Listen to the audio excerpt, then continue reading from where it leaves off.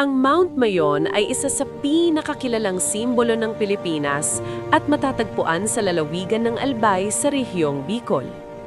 Kilala ito sa buong mundo bilang perfect cone volcano dahil sa napakapantay at halos eksaktong hugis kono nito.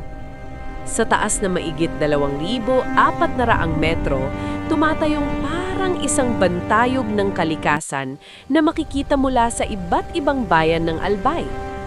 Bukod sa kasaysayan at alamat, ang Mount Mayon ay isa ring pangunahing destinasyon ng turismo.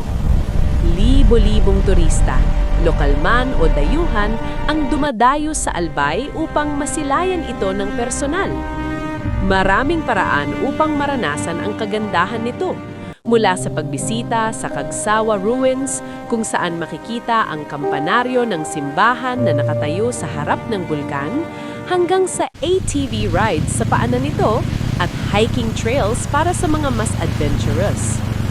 Sa kabila ng banta ng pagputok, patuloy na nananatiling matatag ang mga Bicolano. Ang Mount Mayon ay hindi lamang isang bulkan para sa kanila. Ito ay bahagi ng kanilang pagkakakilanlan.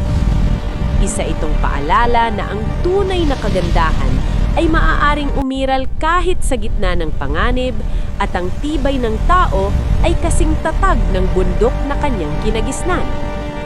Ang Mount Mayon ay hindi lamang tanawin.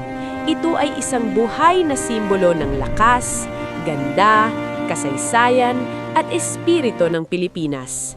Isang likas na kayamanan na patuloy na humuhubog sa buhay, kultura at pangarap ng mga taong nakatira sa anino nito.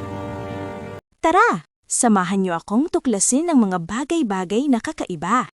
Lugar, selebrasyon, at species na makikita dito sa Pilipinas.